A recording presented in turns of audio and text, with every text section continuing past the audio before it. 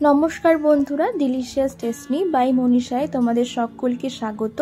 आज आमी तोमादेर साथे शेयर करब टैंगरा माछेर तेल झालेर रेसिपि। ताहले चलो झटपट देखे नि आजकेर रेसिपि।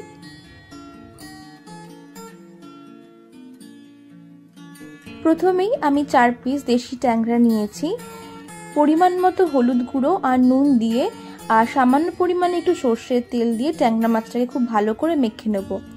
माछेर गाये एइभाবে সরষের তেল মাখিয়ে দিলে ভাজার সময় একটু কম ফাটে। ট্যাংরা মাছ, পাবদা মাছ এগুলো ভীষণই তেলে দিলে ফোটে।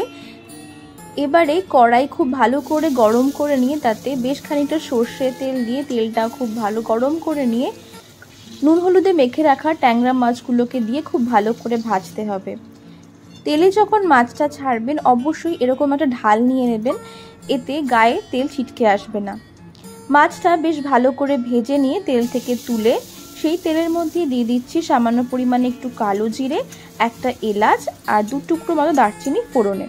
ফোড়নটা হালকা ভেজে নিয়ে দিয়ে দেবো একদম মিহি করে কুচিয়ে রাখা পেঁয়াজ। এবারে কয়েকটা দানা চিনি, নুন, হলুদ আর কাশ্মীরি লঙ্কার গুঁড়ো দিয়ে একটু ভেজে নেব। এবার অন্যদিকে 1 ইঞ্চি আদার টুকরো, 2টো বড় সাইজের কোয়া রসুন, কাঁচা জিরে আর একটা শুকনো লঙ্কা সামান্য পরিমাণে জল দিয়ে একটু শিলে বেটে নিচ্ছে।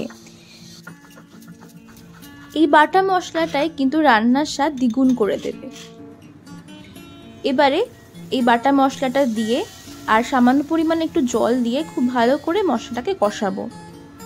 দিয়ে দিচ্ছি টমেটো কুচি, ভালো করে মিশিয়ে নিয়ে কিছুক্ষণ ঢাকা দিয়ে রাখবো যাতে মশলাটা খুব ভালোভাবে কষানো হয়ে যায়। মিনিট 5 ঢাকা দেওয়ার পরে দেখুন তেলটা এরকম আলাদা হয়ে গেছে, মশলাটা খুব ভালোভাবে কষানো হয়ে গেছে। এবারে দিয়ে দেবো গরম জল। এইবার এই ঝোলটা একটু ফুটতে দিতে হবে। ঝোলটা যখন ফুটে আসবে তখন ভেজে রাখা মাছটা দিয়ে দিতে হবে। তারপরে দিয়ে দেবো স্বাদমতো একটু নুন আর সামান্য পরিমাণে একটু গরম মশলার গুঁড়ো। ভালো করে মিশিয়ে নিয়ে ঢাকা দিয়ে রাখবো মিনিট 10 সময়ের জন্য। আজকের ট্যাংরা মাছের তেল ঝাল কিন্তু একদম তৈরি হয়ে গেছে। নামাবার আগে ধনেপাতা কুচি আর চেরা কাঁচা লঙ্কা দিয়ে কিছুক্ষণ ফুটিয়ে নামিয়ে নেব।